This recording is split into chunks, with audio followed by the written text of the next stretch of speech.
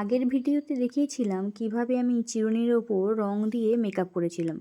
আর শুধু তো মেকআপ করলে হবে না, তাকে তো লং টাইম স্টে করার জন্য কিছু ব্যবস্থা করতে হবে। আমরা মেকআপ করার পরে সেটাকে লং টাইম স্টে করার জন্য সেটিং স্প্রে ইউজ করি, তেমনই চিরুনিকে তো আর সেটিং স্প্রে দিতে পারবো না, কারণ এর মেকআপটা তো একটু আলাদা, তাই না?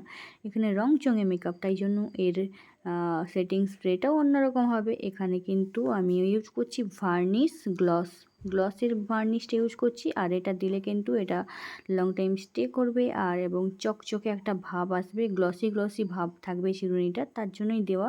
তো এটা দেওয়া অবশ্যই জরুরি। আর এটা শুধু যে চিরুনির ক্ষেত্রে তা নয়, সমস্ত জিনিসের ওপরেই ফেব্রিকের কাজ করার পর তার উপরে ভার্নিশ করাটা মোস্ট ইম্পর্ট্যান্ট। তবে সেটা কিন্তু শাড়ি বা জামার ওপরে পেন্টিং করার সময় কিন্তু দেওয়া যাবে না। বাকি সব জিনিসের উপরে পেন্টিং করলে কিন্তু ভার্নিশ করতে হয়, আর এটা সবাই করে থাকে, আমিও করেছি। ভিডিওটা ভালো লাগলে অবশ্যই লাইক করে দিও, আর চ্যানেলে নতুন হলে সাবস্ক্রাইব